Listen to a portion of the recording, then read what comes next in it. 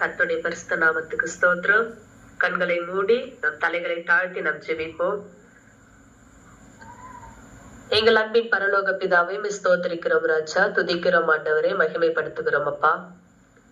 இந்த நல்ல ஓய்வு நாளிலே கூட ராஜா, இந்த நாள் முழுதும் கூட எங்களை சுகன் பல ஜீவனோடு வழி நடத்தி பாதுகாத்து இந்த இரவு நேரத்திலே கூட அப்பா, இந்த கூகுள் மீட்டிங் மூலமாக ஆண்டவரே அநேக குடும்பங்களை ஒன்றாக இணைத்து ஆண்டவரே உம்மை துதிக்கும்படியாய் ஒரு ஸ்லாக்கியத்தை நீர் கொடுத்த கிருபைக்காய் நாங்கள் நன்றி செலுத்துகிறோம் ஆண்டவரே, ஸ்தோத்திரிக்கிறோம் அப்பா. இந்த கூகுள் மீட்டிங்ல ஆண்டவரை கலந்து கொண்டிருக்கிற ஒவ்வொரு குடும்பத்தையும் விட காரங்களில் நாங்கள் ஒப்புக் கொடுக்கிறோம் அப்பா, ஸ்தோத்திரிக்கிறோம் ராஜா. நாங்கள் ஒருவரை ஒருவர் முகத்தை மட்டுமே நாங்கள் பார்க்கிறோம் அப்பா. அவர் உள்ளத்தை ஆராய்ந்து அறிந்திருக்கிற என் தேவன் ஆண்டவரே, எத்தனையோ கஷ்டங்கள், வியாதிகள், துன்பங்கள், பிரச்சனைகள், கண்ணீரோடு குடும்பங்களிலே சமாதானம் இல்லாமல் ஆண்டவரே இந்த மீட்டிங்ல கலந்து கொண்டு இருக்கலாம் ராஜா, ஸ்தோத்திரிக்கிறோம் ராஜா. இந்த வார்த்தைகளை கேட்டு ஒவ்வொரு குடும்பங்களிலும் அப்பா நீர் சமாதானத்தை என் தேவன் வழிநடத்தும்படி நாங்கள் கெஞ்சி மன்றாடுகிறோம் கர்த்தாவே, ஸ்தோத்திரிக்கிறோம் ஆண்டவரே. இந்த ஊழியத்தின் மூலமாக ஆண்டவரே அநேக குடும்பங்கள் ஆண்டவரை கலந்து கொண்டு ஆண்டவரே ஆசீர்வாதமாய் ஆண்டவரே ஒரு சாட்சியுள்ள குடும்பங்களாய் ஆண்டவரை நீர் மாற்றும்படியாய் நாங்கள் கெஞ்சி மன்றாடுகிறோம் கர்த்தாவே. அநேக இடங்களில் அநேக குடும்பங்களை நீர் கொண்டு வந்து சேர்க்கும்படியாய் நாங்கள் துதிக்கிறோம் ஆண்டவரை. தொடக்கம் முதல் முடிவு பரியந்த நம்முடைய கிருபை இருக்கட்டும் அப்பா. பேசுகிற ஒவ்வொரு வார்த்தைகளும் ஆண்டவரை உமக்கு பிரியமானதா இருக்கும்படி ஆண்டவரே நாங்கள் கெஞ்சி மன்றாடுகிறோம் அப்பா. உம்முடைய நாமத்தை மட்டுமே நாங்கள் உயர்த்துகிறோம் ஐயா. எங்களை நாங்கள் தாழ்த்தி கொள்ளுகிறோம்.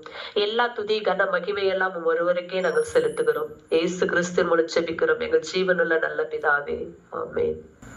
ஆண்டவராக இயேசு கிறிஸ்துவின் நாமத்தினாலே கூட இந்த நாளிலே கூட ஒரு பாடலை பாடி ஆண்டவருடைய நாமத்தை மகிமைப்படுத்தலாம்.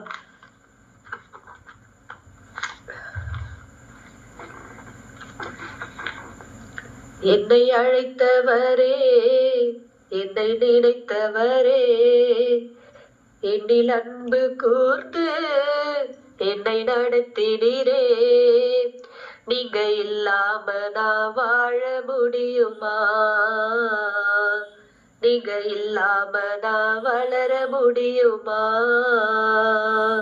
என்னை அழைத்தவரே, என்னை நினைத்தவரே, என்னில் அன்பு கூர்ந்து என்னை நடத்தினீரே. நீங்க இல்லாம நான் வாழ முடியுமா? நீங்க இல்லாம நான் வளர முடியுமா? சேற்றில் விழுந்த என்னை தூக்கினீரையா, நாற்றமெல்லாம் இரத்தத்தாலே மாற்றினீரையா. சேற்றில் விழுந்த என்னை தூக்கினீரையா, நாற்றமெல்லாம் இரத்தத்தாலே மாற்றினீரையா. நீங்க இல்லாம நான் வாழ முடியுமா? நீங்க இல்லாம நான் வளர முடியுமா? நீங்க இல்லாம நான் வாழ முடியுமா? நீங்க இல்லாம நான் வளர முடியுமா? என்னை அழைத்தவரே, என்னை நினைத்தவரே, என்னில் அன்பு கூர்ந்து என்னை நடத்தினீரே.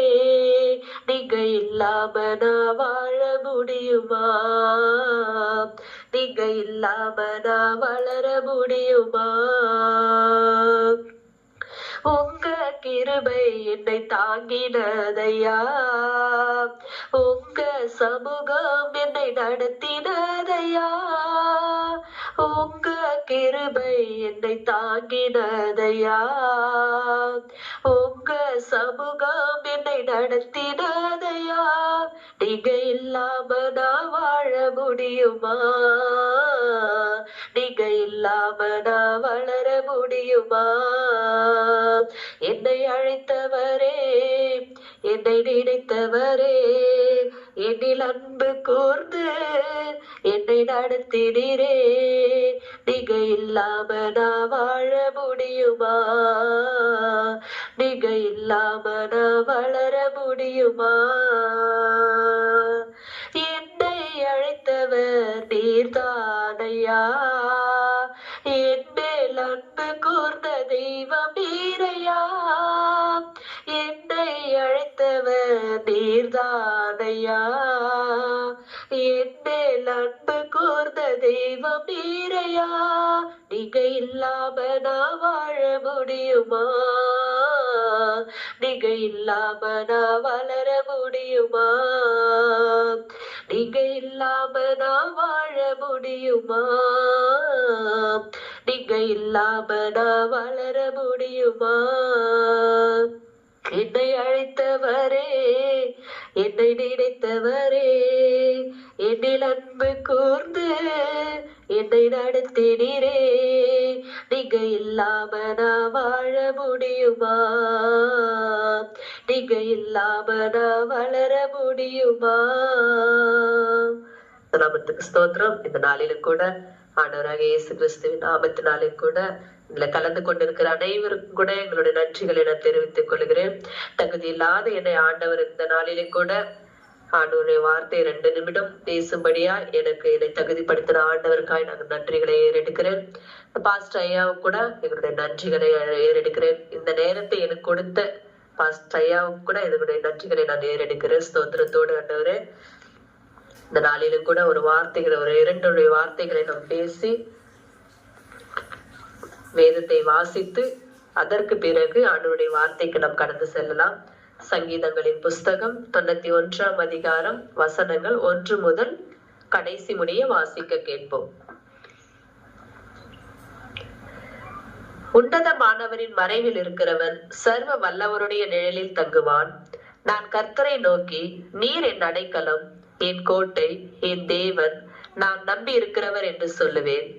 அவர் உன்னை வேடனுடைய கண்ணிக்கும் பாழாக்கும் கொள்ளை நோய்க்கும் தப்புவிப்பார். அவர் தமது சிறகுகளாலே உன்னை மூடுவார். அவர் செட்டைகளின் கீழே அடைக்கலம் புகுவாய். அவருடைய சத்தியம் உனக்கு பரிசையும் கேடகமும் ஆகும். இரவில் உண்டாகும் பயங்கரத்துக்கும் பகலில் பறக்கும் அம்புக்கும் இருளில் நடமாடும் கொள்ளை நோய்க்கும் மத்தியானத்தில் பாழாக்கும் சங்காரத்துக்கும் பயப்படாதிருப்பாய். உன் பக்கத்தில் 1000 பேரும் உன் வலது புறத்தில் 10,000 பேரும் விழுந்தாலும் அது உன்னை அணுகாது. உன் கண்களால் மாத்திரம் நீ அதை பார்த்து துன்மார்க்கருக்கு வரும் பலனை காண்பாய்.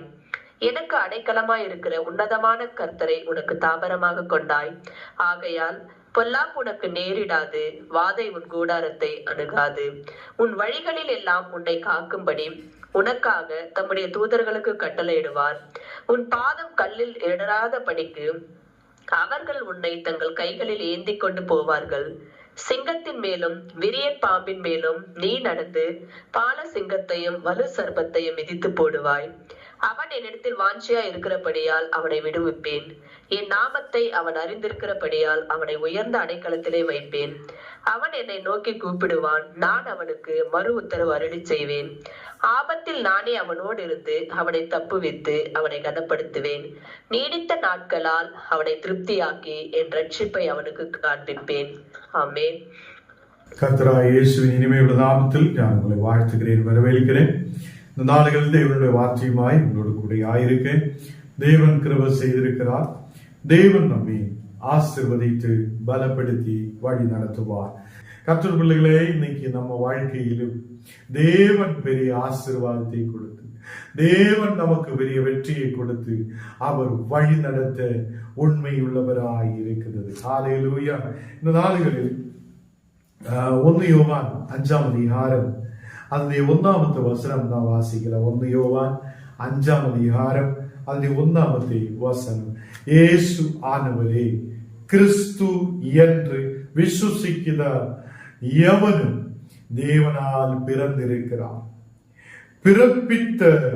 பிறப்பித்தவரிடத்தில் அன்பு கூறுகிறவர் எவனும் அவரால் பிறப்பிக்கப்பட்டவரிடத்திலும் அன்பு கூறுகிறார். இங்கே கர்த்தர் பிள்ளைகளே, இந்த இடத்தில் நமக்கு வசனம் வாசிக்கும் போது வார்த்தை நமக்கு கொடுக்கப்படுகிறது. இயேசுவானவரே கிறிஸ்து என்று விசுவாசிக்கிற எவனும் தேவனால் பிறக்கப்பட்டவனாயிருக்கிறார். நமக்கு பிதாவான தேவன் இருக்குது. பிதாவான தேவன் அது இயேசு கிறிஸ்துவை இந்த உலகத்தில் அனுப்பி இருக்கிறார் என்றும், அந்த இயேசு கிறிஸ்து அவரில் நாம் விசுவாசிக்கும் போது நாம் தேவனால் பிறக்கப்பட்டவராய் மாற்றப்படுகிறது. நமக்கு தெரியும், நாம் அம்மா அப்பன்மார் நம்மை அதை வளர வைத்திருக்கிறார். அம்மா நமக்கு அதை பிறப்பை கொடுத்திருக்கிறது. இந்த உலகத்தில் நமக்கு மனுஷனாய் பிறக்க தேவன் நமக்கு கிருபை செய்திருக்கிறது.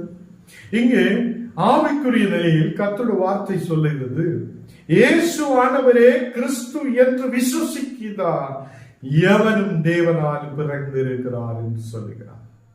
அப்போ ஞானும் நீங்களும் தேவனால் பிறக்கப்பட்டவராயிருக்கிறார். தேவனால் பிறக்கப்பட்டவராயிருக்கிறார். எதனாலே? நாம் இயேசு கிறிஸ்துவை விசுவசிக்கிறார்.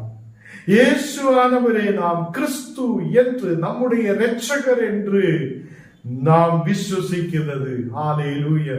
தேவ பிள்ளைகளே, 2வது வசனம் நாம் வாசிக்கும் போது, நாம் தேவனிடத்தில் அன்பு கூர்ந்து அவருடைய கற்பனைகளை கைக்கொள்ளும் போது தேவனுடைய பிள்ளைகளிடத்தில் அன்பு கூறுகிறோம் என்று அறிந்து கொள்ளுகிறோம்.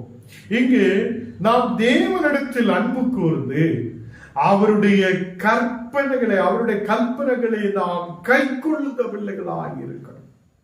அப்போ ஞான நீங்களும் தேவனை துதிக்கிறார், தேவனை ஆராதிக்கிறார், இயேசுவை நாம் உயர்த்துகிறார் என்றெல்லாம் சொல்லும் போது அவருடைய கற்பனைகளே நாம் கை கொள்ளாமல் இருந்தால், அவருடைய வசனங்களே நாம் கை கொள்ளாமல் இருந்தால் நாம் தேவனிடத்தில் அன்பு கூறுதவர்கள் அல்ல. அப்போ தேவனிடத்தில் அன்பு கூறுத ஓரோ மக்களும் அவருடைய கற்பனைகளை கை கொள்ளுத மக்களாயிருப்பார்கள். அப்போ தேவனுடைய பிள்ளைகளிடத்தில் அன்பு கூறுகிறோம் என்று அறிந்து கொள்ளுகிறோம் என்று தேவனுடைய வார்த்தை சொல்லுகிறார். அப்போ ஞானும் நீங்களும் தேவனிடத்தில் அன்பு கூறுதவங்களாய் இருக்குது என்றால் தேவனுடைய கற்பனைகளை நாம் கை கொள்ளுத பிள்ளைகளாய் இருக்கணும். தேவனுடைய கற்பனைகளை கை கொண்டு அதன்படி நடக்குதவங்களாய் இருக்கணும். நாம் 3வது வசனம் வாசிக்கும் போது, நாம் தேவனுடைய கற்பனைகளை கை கொள்ளுவதே அவரிடத்தில் அன்பு கூறுவதா. அப்ப தேவனுடைய கற்பனைகளே கை கொள்ளுது, தேவனுடைய வசனத்தை கை கொள்ளுது, தேவன் கொடுத்த கட்டளைகளே கை கொள்ளுதா ஒருவன் அவரிடத்தில் அன்பு கூறுகிறார். அப்போ நாம் எப்படி தேவனை அன்பு செலுத்த முடியும்? நாம் எப்படி தேவனிடத்தில் அன்பு செலுத்த முடியும்? நாம் இயேசுவே கர்த்தரே நீ நல்லவர் என்று சொல்லியா அன்பு செலுத்த முடியுமா? அப்படி இல்லை. நான் தேவனுடைய கற்பனைகளே, தேவனுடைய வசனங்களே கை கொள்ளுத மக்களாயிருக்கணும். ஆண்டவரே, நீ கொடுத்த வசனங்களை நான் நம்பிக்கை வைக்கிறேன், நீ கொடுத்திருக்கிற வசனங்களே நான் நம்பிக்கை வைக்கிறேன், அந்த வசனத்தின்படி நான் முன்னாடி போக விரும்புகிறேன். தேவனே, உம்முடைய கட்டளைகளை, உம்முடைய கற்பனைகளை நான் கை கொள்ளுதவில்லையாயிருப்பேன் என்று சொல்லட்டும். ஹல்லேலூயா. கர்த்தருடைய பிள்ளைகளே, தேவனுடைய கற்பனைகளை, தேவனுடைய கட்டளைகளை கை கொள்ளுவதே அவரிடத்தில் அன்பு கூறுவதா. நாம் இங்கே 4வது வசனம் வாசிக்கும் போது, தேவனால் பிறப்பது எல்லாம் உலகத்தை ஜெயிக்கும். அப்போ இந்த உலகத்தை நாம் ஜெயிக்கணும் என்றால், இந்த உலகத்தில் நமக்கு ஜெயம் கிடைக்கணும் என்றால், நாம் தேவனால் பிறக்கப்பட்ட மக்களாய் இருக்கணும். ஹல்லேலூயா. எத்தனை பேருக்கு புரிகிறார்? தேவனால் பிறக்கப்படுத மக்களாய் நாம் காணப்படும் போது இந்த உலகத்தை நமக்கு ஜெயிக்க முடியும். இங்கு தேவனால் பிறக்கப்பட்ட மக்களாய் நாம் எப்படி காண முடியும்? இயேசு ஆனவரே கிறிஸ்து என்று விசுவசிக்கிறார் ஓரோ மக்களும் தேவனால் பிறக்கப்பட்டிருக்கிறது. நீங்க சொல்லட்டும், ஆண்டவரே நான் கிறிஸ்துவை நம்பிக்கை வைக்கிறேன், நான் இயேசு ஆனவரே கிறிஸ்து என்று விசுவசிக்கிறேன். அல்லேலூயா. எல்லாரும் அறிக்கையிடணும், ஆண்டவரே நான் இயேசுவை நம்பிக்கை வைக்கிறேன், தேவனால் பிறக்கப்பட்ட ஒரு மக்களாய் என்னை மாற்றுங்க. இந்த நாடுகளில் தேவனால் பிறக்கப்பட்ட ஓரோ மக்களும் உலகத்தை ஜெயிக்கிறவனாய் இருக்கும். இந்த உலகத்தில் கீழே விழுந்து விட மாட்டேன். இந்த உலகத்தை பார்த்து பயப்பட மாட்டேன். இந்த நாடுகளில் தேவனால் பிறப்பது எல்லாம் உலகத்தை ஜெயிக்கிறதாய் இருக்கும். ஹல்லேலூயா. இன்னைக்கு என்ன கேட்கிற கர்த்தருடைய பிள்ளைகளே, நாம் இந்த உலகத்தை ஜெயிக்கிற மக்களாய் இருக்கணும். அதுக்காக நாம் தேவனால் பிறக்கப்பட்டவராய் மாற்றப்படணும். எப்படி தேவனால் பிறக்கப்பட முடியும்? இயேசுவானவரே கிறிஸ்து என்று விசுவாசிக்கிற ஒருவன் தேவனால் பிறக்கப்படுகிறவராய் மாற்றப்படும். நம்முடைய விசுவாசமே உலகத்தை ஜெயிக்கிற விசுவாசம். ஹல்லேலூயா. எல்லாரும் சொல்லட்டும், நம்முடைய விசுவாசமே உலகத்தை ஜெயிக்கிற ஜெயம். இன்னைக்கு எனக்கு வெற்றி இல்லையே, இன்றைக்கு எனக்கு ஒரு ஜெயம் இல்லையே, நான் எப்படி இந்த உலகத்தில் முன்னாடி கடந்து செல்லுவார் என்று கேள்வியோடு நீ இருக்கும் போது நம்முடைய விசுவாசம் உலகத்தை ஜெயிக்கிற ஒரு விசுவாசமாய், உலகத்தை ஜெயிக்கிற ஜெயமாய் மாற்றப்படுகிறது. ஹல்லேலூயா. கர்த்தருடைய பிள்ளைகளை, தேவனால் பிறப்பது எல்லாம் உலகத்தை ஜெயிக்கும். தேவனால் பிறக்கப்பட்ட எல்லாம் உலகத்தை ஜெயிக்கிறவங்களாய் மாற்றப்படும். யாரும் நீங்களும் தேவனால் பிறக்கப்பட்ட மக்களாய் மாற்றப்படட்டும். அப்பதான் இந்த உலகத்தில் நமக்கு ஜெயிக்க முடியாதவங்களாய் காணப்படும். நம்முடைய விசுவாசமே உலகத்தை ஜெயிக்கிற ஜெயமாய் மாற்றி இருக்கிறது. கர்த்தருடைய பிள்ளைகளே, இந்த நாடுகளில் நாம் தேவனால் பிறக்கப்பட்ட ஓரோ மக்களாய் இருக்கும் போது, கிறிஸ்து நம்முடைய ஜீவன் நமக்கு ஜீவனாய் இருக்கும் போது, நாம் இந்த உலகத்தை ஜெயிக்க முடியாதவங்களாய் மாற்றப்படும். நாம் கீழே விழுந்தவங்களாய் அல்ல, நாம் கீழே விழுந்தவங்களாய் அல்ல, நாம் வெற்றி கொள்ளுதவங்களாய் கர்த்தர் நம்மை மாற்றுவார். 5வது வசனத்தில் வாசிக்கும் போது, இயேசுவானவர் தேவனுடைய குமாரன் என்று விசுவாசிக்கிறவனே என்று உலகத்தை ஜெயிக்கிறவன் யார்? இயேசுவானவர் தேவனுடைய குமாரன் என்று விசுவாசிக்கிறவனே அன்றி உலகத்தை ஜெயிக்கிறவன் யார்? இந்த உலகத்தை ஜெயிக்கிற ஒரு மக்களும் அவர் இயேசுவானவரே தேவனுடைய குமாரன் என்று விசுவாசிக்கிறார். இயேசு தேவனுடைய குமாரன். இயேசுவானவர் பரிசுத்தராய் உலகத்தில் கடந்து வந்தவர். அவர் இந்த உலகத்தில் மாம்ச இச்சையாலேயோ, இந்த உலகத்திலே ஏதோ மனிதன் இச்சையாலேயோ பிறக்கப்பட்டவர் அல்ல. அவர் இந்த உலகத்தில் தேவனால் பிறக்கப்பட்டவராய் இருக்கிறது. நாம் விசுவாசிக்கணும். இயேசுவே நீர் தேவனுடைய குமாரன், இயேசுவே நீ தேவனுடைய குமாரன் என்று நாம் விசுவாசிக்கணும். ஹல்லேலூயா.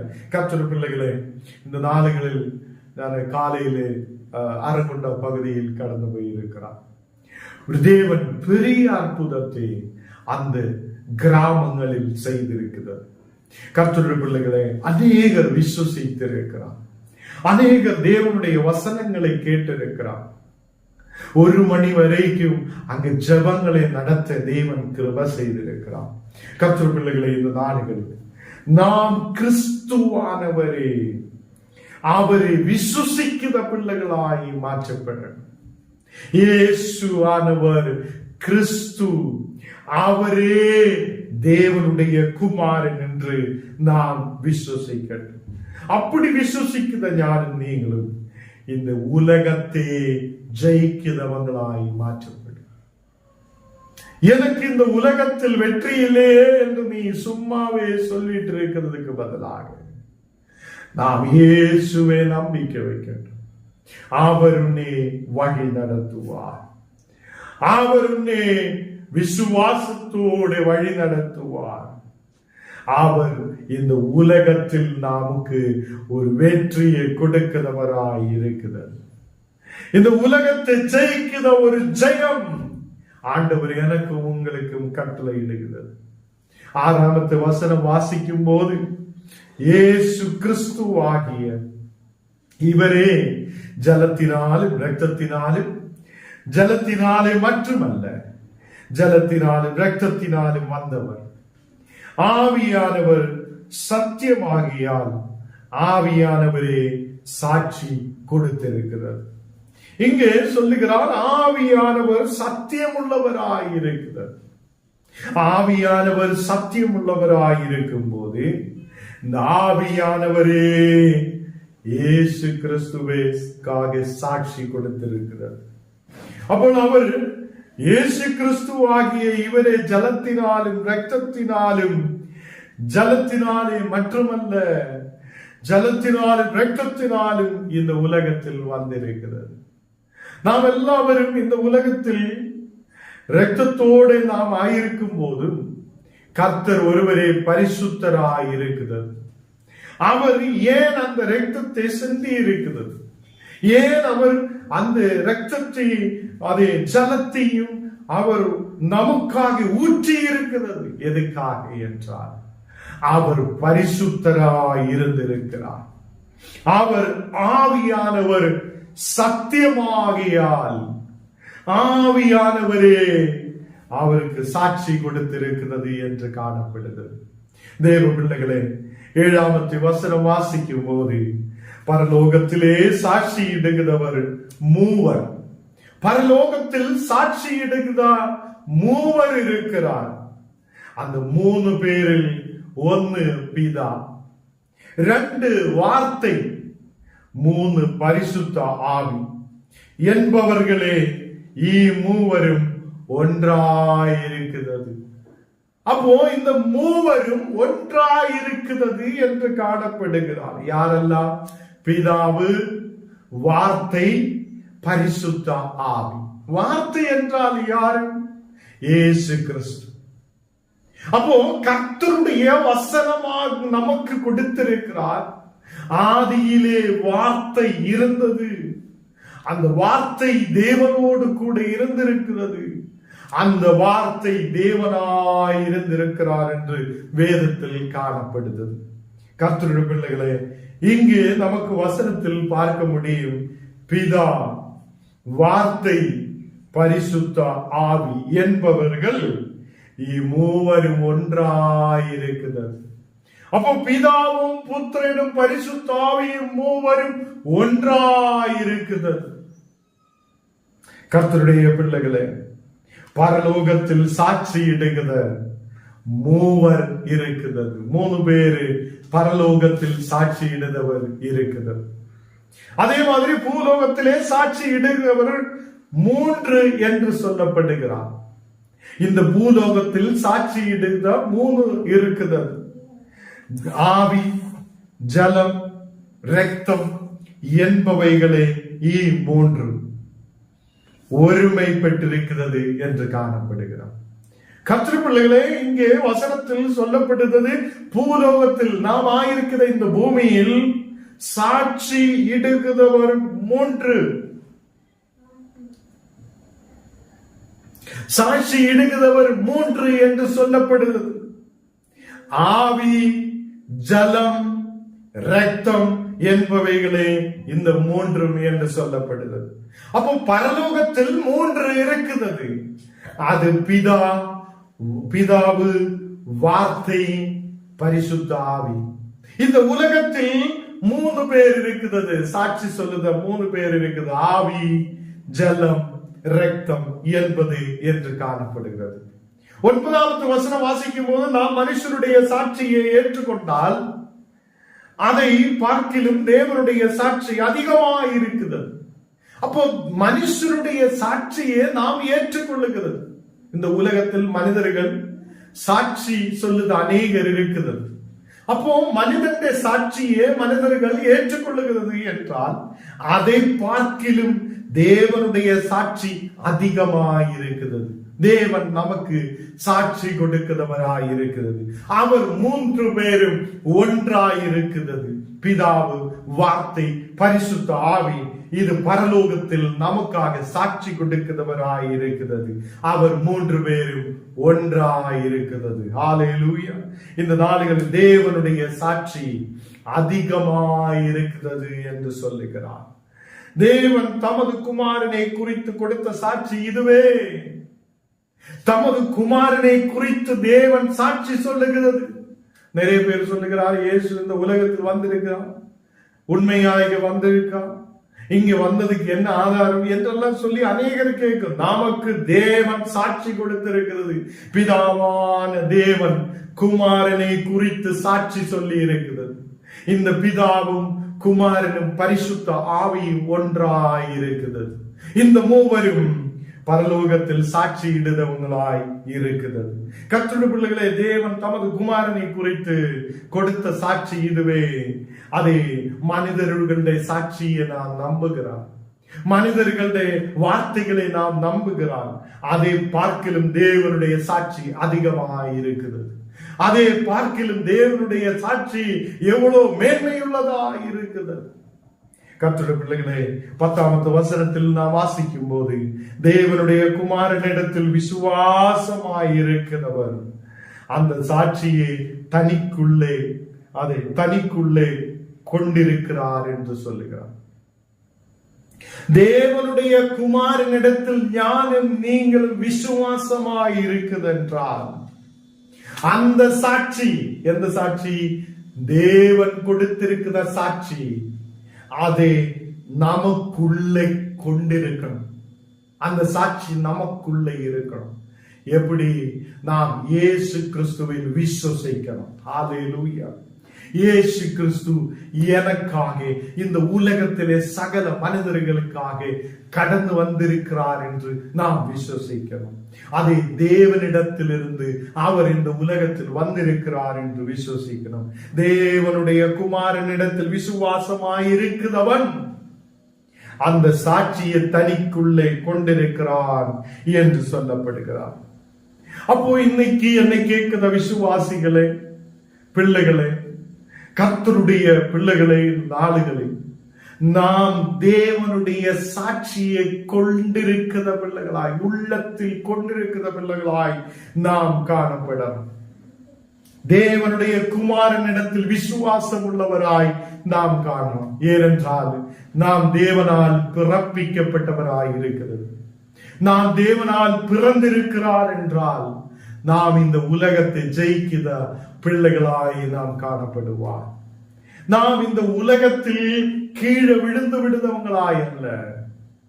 நம்முடைய விசுவாசம் உலகத்தை ஜெயிக்கிற ஒரு ஜெயமாய் மாற்றப்படும். ஹல்லேலூயா. இந்த நாளுகளில் நமக்குள்ளே தேவனுடைய விசுவாசம் இருக்கும். நமக்குள்ளே இயேசு குமாரன், அது தேவனுடைய குமாரன் என்ற ஒரு விசுவாசம் நமக்குள்ளே இருக்கும். அந்த சாட்சி நமக்குள்ளே எப்போதும் இருக்கப்படட்டும். தேவனை விசுவாசியாதவரையோ தேவன் தம்முடைய குமாரனை குறித்து கொடுத்த சாட்சியே விசுவாசியாததினால் அவரை பொய்யனாக்குவார் என்று சொல்லப்படுகிறார். கர்த்தருடைய பிள்ளைகளே, இந்த நாடுகளில் தேவன், அவர் இயேசு கிறிஸ்து, அவர் தேவனுடைய குமாரன் என்று விசுவசிக்காத ஒருவனே இந்த உலகத்தில் பொய்யன் என்று சொல்லப்படுகிறது.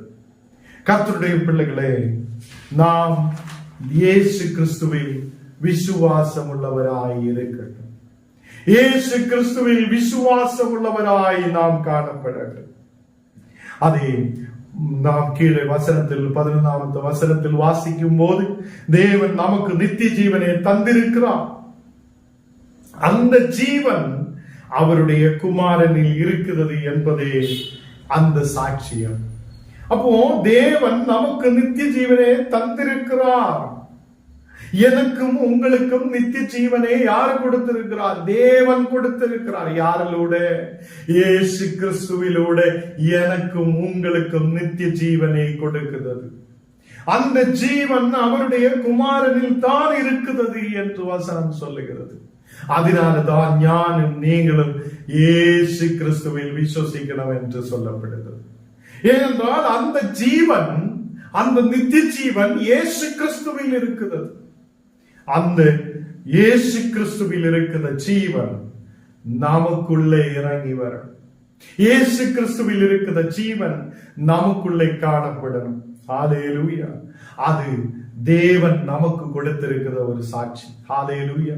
அப்போ தேவன் நமக்கு நித்திய ஜீவனை தந்திருக்கிறார் என்று வசனம் சொல்லும் போது, எனக்கும் உங்களுக்கும் நித்திய ஜீவன் இருக்கிறது.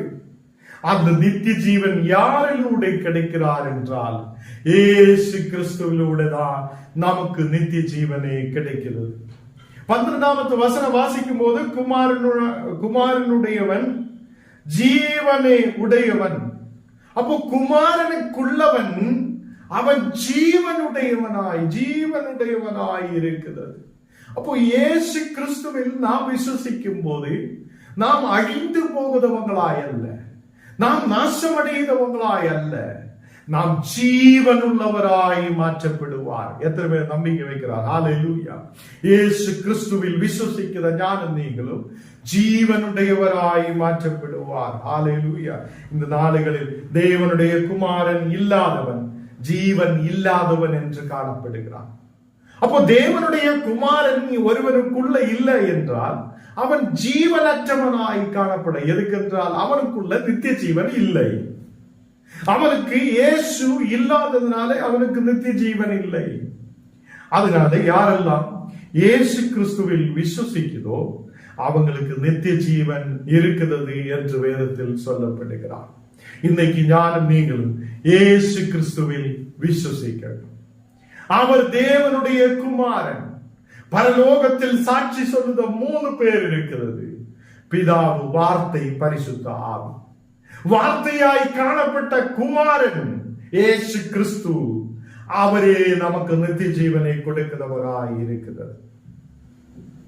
இயேசுவானவரே கிறிஸ்து என்று நாம் விசுவசிக்கிற பிள்ளைகளாய் காணப்படும் போது நாம் அவருடைய கட்டளைகளை, அவருடைய கற்பனைகளை நாம் பாதுகாத்து அதை கை கொண்டு முன்னாடி போகிற மக்களாய் நாம் காணப்படுவார். கர்த்தருடைய பிள்ளைகளே, இன்னைக்கு ரொம்ப சரீர பலவீனதையோடு இருந்திருக்கிறார். கொஞ்சம் முன்னாடி வரைக்கும் ரொம்ப உடம்பு வலி பிரச்சனை, இன்னைக்கு நிக்க முடியாத ஒரு சூழ்நிலை இருந்திருக்கிறார். காலையிலே நம்ம அரகுண்டா பகுதியில் கடந்து சென்று ஜபம் நடத்தி இருக்குது. அந்த ஜபத்தில் கடந்து போயதுனாலே அந்த இடத்தில் ஜபத்தில் இருந்ததுனால நமக்கு சரீர பலவீனம், வலி, பிரச்சனை எல்லாம் இருந்திருக்கிறான் என்றாலும் இன்னைக்கு பலத்தோடு நிற்க தேவன் எனக்கு கிருபை செய்திருக்கிறார். அந்த தேவன் உண்மையுள்ளவராய் இருக்கிறது. ஹல்லேலூயா. கர்த்தருடைய பிள்ளைகளே, நாம் அநேக கிராமங்களில், பட்டணங்களில் கடந்து செல்லுகிறார். நீங்களும் உங்களுடைய வீடுகளில் எங்களுக்காக ஜெபிக்கணும். ஆண்டவருடைய ஊழியக்காருக்காக ஜெபிக்கணும். நீங்க ஜெபிக்கிற மக்களாய் காணப்படும். ஆண்டவர் எங்களுக்கு பலத்தை கொடுக்கிறதுக்காக, ஆரோக்கியத்தை கொடுக்கிறதுக்காக, அநேக சாத்தாண்ட கிரியைகளை துரத்துவதற்காக, அநேகம் வியாதிஸ்தரை குணமாக்குவதற்காக, இயேசு நமக்கு பலத்தை கொடுக்கிறதுக்காக நீங்கள் உங்களுடைய குடும்பங்களில் ஜெபிக்கணும். கர்த்தர் பெரிய காரியத்தை செய்வார். இந்த நாடுகளில் நாம் கண்ணுகளை மூடலாம், ஜெபிக்கலாம். தேவன் நமக்கு பெரிய அதிசயங்களை செய்தவராய், பெரிய அற்புதங்களை செய்தவராய் அவர் நம்மோடு கூட இருக்கிறது. ஹல்லேலூயா. நன்றி அப்பா. ஸ்தோத்திரம், ஸ்தோத்திரம், ஸ்தோத்திரம்.